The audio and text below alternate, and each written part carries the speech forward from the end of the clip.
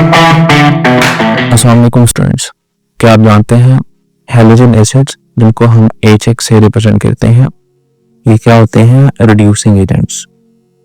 अब ये reducing agents इसलिए होते हैं क्योंकि इनमें मौजूद होता है हैलाइड आयन, क्योंकि HX वाटर में डिसोसिएट होके क्या बनाता है? Halide ion. अब halide ion it can remove an electron, तो जो भी वो इलेक्ट्रॉन गेन करेगा उसकी क्या हो जाएगी? रिडक्शन हो जाएगी। उसकी क्या हो जाएगी? रिडक्शन हो जाएगी। तो halide ions are the source of electrons and anything which is the source of electron is reducing in nature.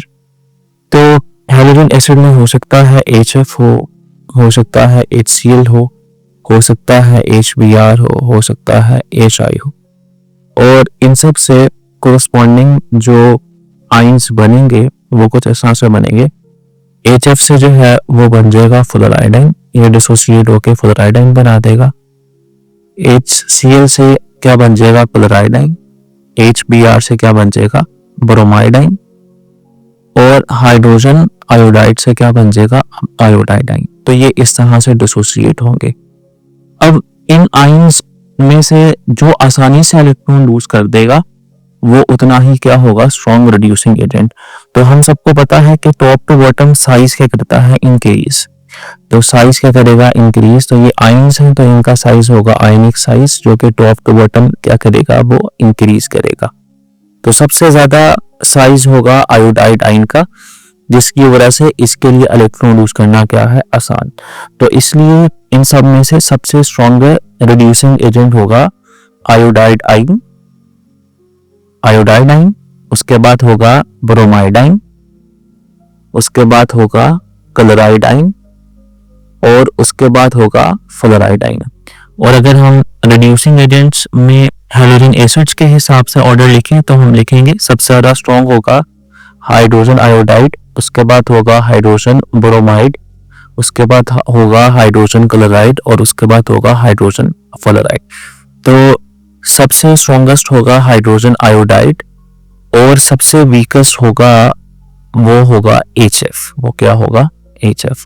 अब ये जो ऑर्डर हम लोगों ने लिखा है इसको हम लोग कुछ रिएक्शन से प्रूव कर सकते हैं, कुछ रिएक्शन से अंडरस्टैंड कर सकते हैं।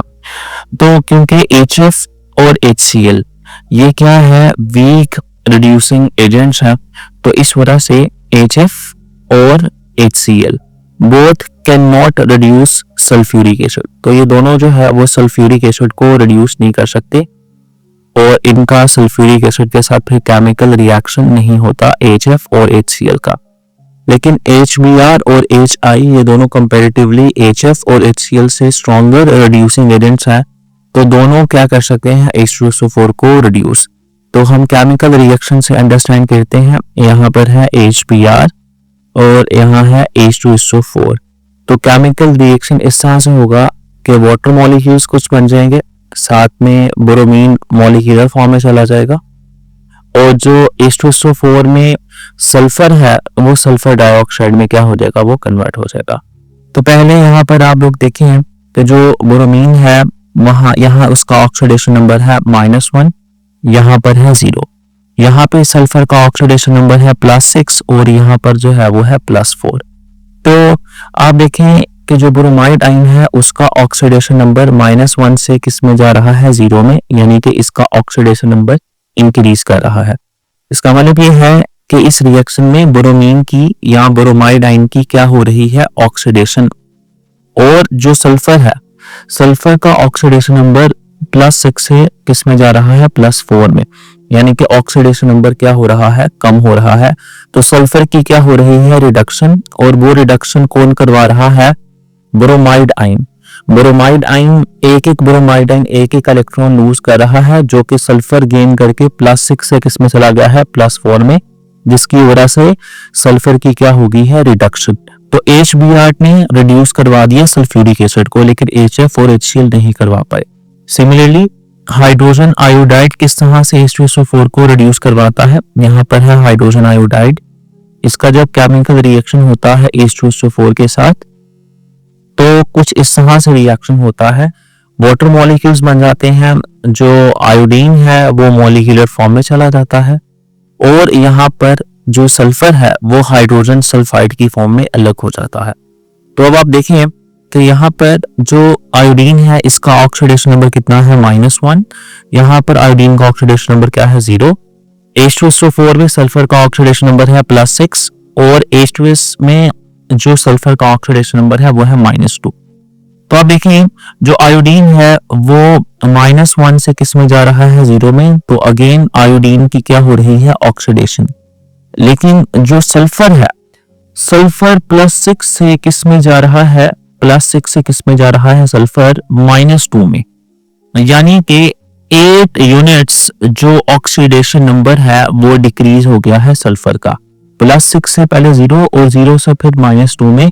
तो आप देखें कि हाइड्रोजन आयोडाइड ने ज्यादा कम ऑक्सीडेशन नंबर कर दिया है सल्फर का, +6 से कितना कर दिया है -2, और जो HBr था उसने सल्फर का ऑक्सीडेशन नंबर +6 से कितना कर दिया था +4।